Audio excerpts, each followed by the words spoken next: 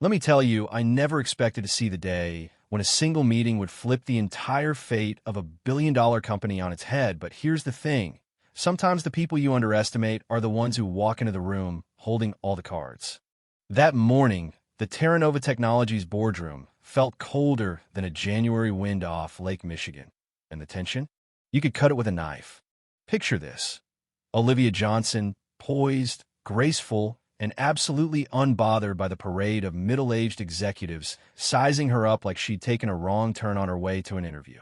But she knew exactly where she was and exactly why. You know what I mean? She'd seen rooms like this before. The only surprise was how little anything had changed.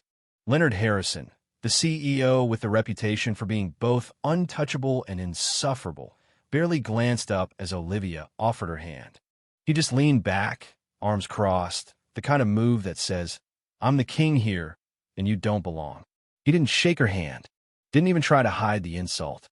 There's a hush in the room, half of them smirking, the rest just watching to see what would happen next. Olivia didn't blink. She took her hand back, looked him right in the eye, and said, soft but steady, "I'm not your subordinate, Mr. Harrison."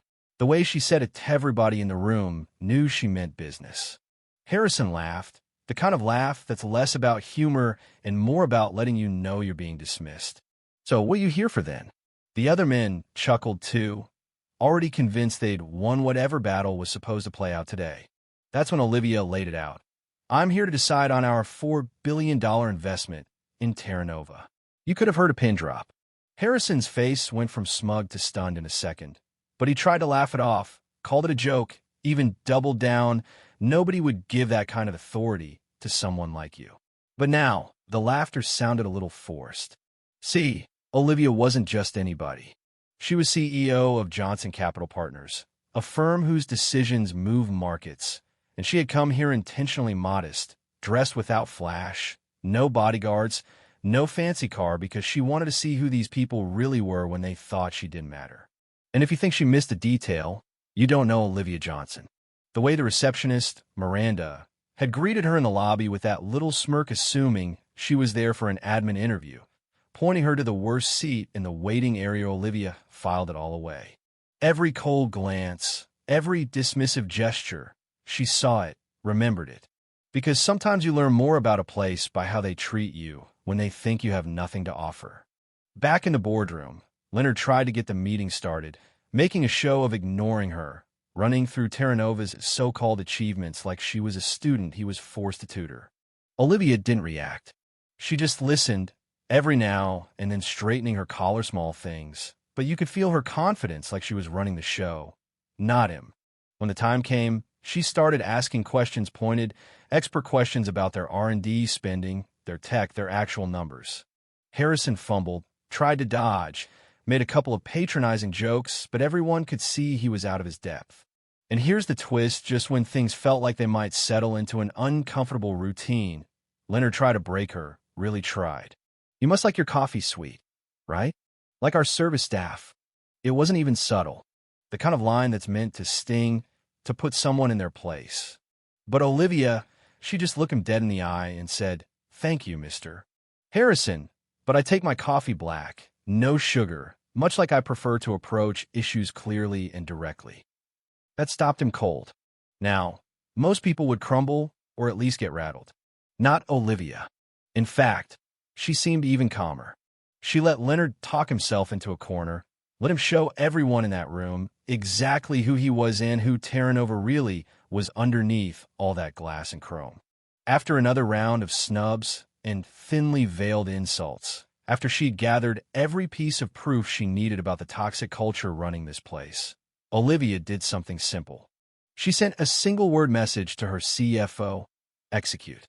You have to understand, that word meant a lot more than just go. It triggered a well-oiled plan at Johnson Capital Partners. Within minutes, across the city, her team started making calls, market signals went out, and before anyone at Terra Nova realized what was happening, their stocks started tanking. The boardroom phone rang off the hook. Assistants burst in with frantic news.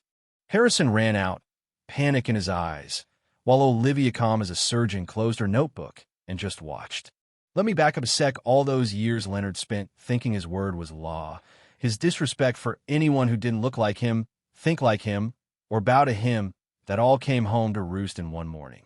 And as the news spread first to investors, then the media, suddenly everyone saw what had really been going on at Terra Nova.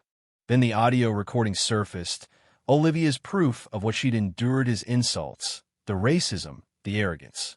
It was everywhere, TV, online, the headlines. Leonard tried to call, to apologize, to salvage something. But Olivia wasn't interested in his regrets. She wanted change, real change. You ever see a person realize in real time just how much damage they've done?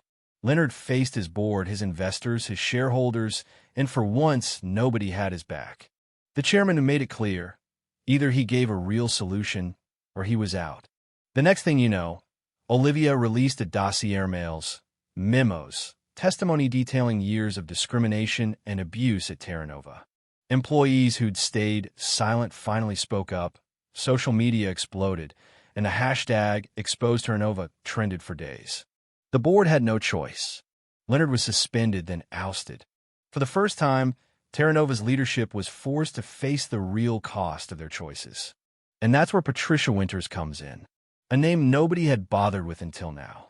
She took the helm, a steady hand with a reputation for fairness, transparency, and nerves of steel.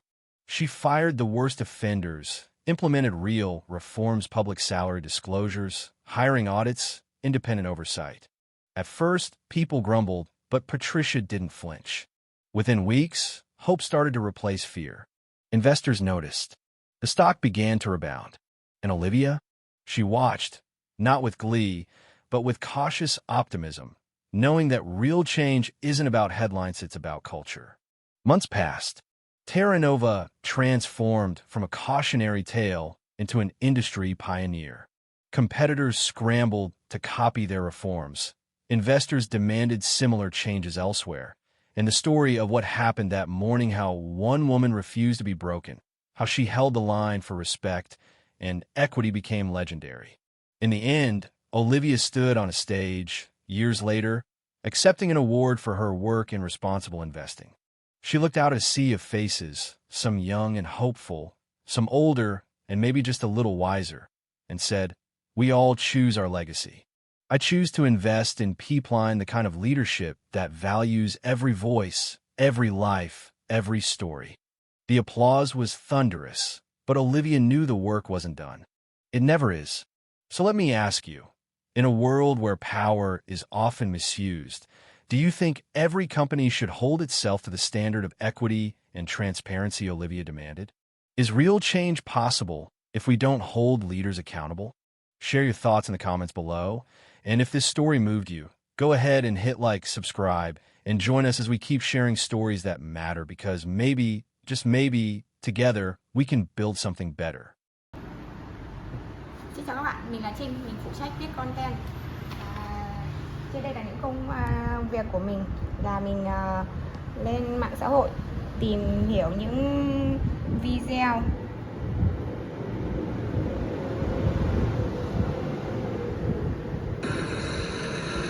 Vamos supor, você falou negócio sério. It is cold, yeah.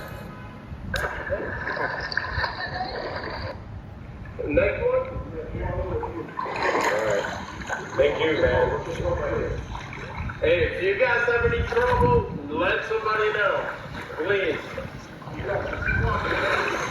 After the tree to hold on to. Yeah, they're... Use the fence.